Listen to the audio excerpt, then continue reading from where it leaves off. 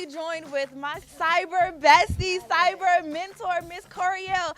How are you today? I am amazing. So excited to meet you. I'm so excited to finally be in your presence, to finally meet the woman behind all of the mastermind information that you have put out.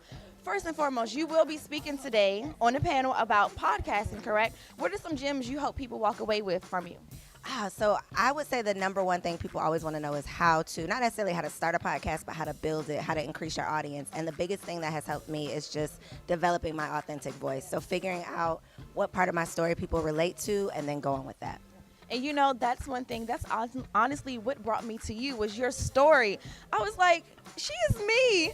Oh my goodness, this is like literally me in a few years. Like, you are a big sister to so many of us.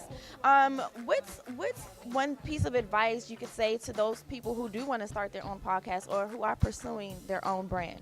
I would say to definitely have a plan outside of the podcast. Like, be very, very strategic and intentional about the topics, about the people you're interviewing, the information you're sharing, but making sure that it works for your brand, because a podcast is really just a marketing tool. So if you don't have other projects to market through the podcast, then you're kind of hustling backwards. So that would be my biggest advice. And you guys, she is the queen of having multiple projects, okay? She is the founder of Workplace Slay. She has a magazine. She has Busy at the Beach, correct?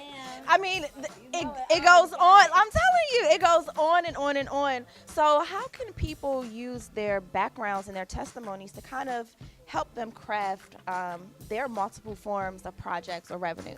So I, in my book, Work 101, I talk about turning your pain into your purpose, or turning your pain into your paycheck. And that's literally what I did with the Single Wives Club, you know, turning an abusive relationship, a broken engagement into an empowerment organization for other single women. So digging really deep about your story, like what you've experienced, and then also your skills and how you can turn that into a side hustle or a new stream of income. A lot of people are like shortchanging themselves and they're broke because they aren't really taking into account all of the tools, all of the skills, all of the gifts, all the talents that they've been gifted with. So definitely start where you are with what you have. And you know, I would not forgive myself if I did not ask you this. So you mentioned that, you know, you had a broken engagement, and a lot of people would not share that. I too had a broken engagement, but a lot of people feel like they don't want to share that information because, you know, it's not successful. They may feel like, oh, I'm a failure. For those people who may be watching, who may have gone through something similar, or they may feel like they're in a relationship it's going nowhere, what would you tell them?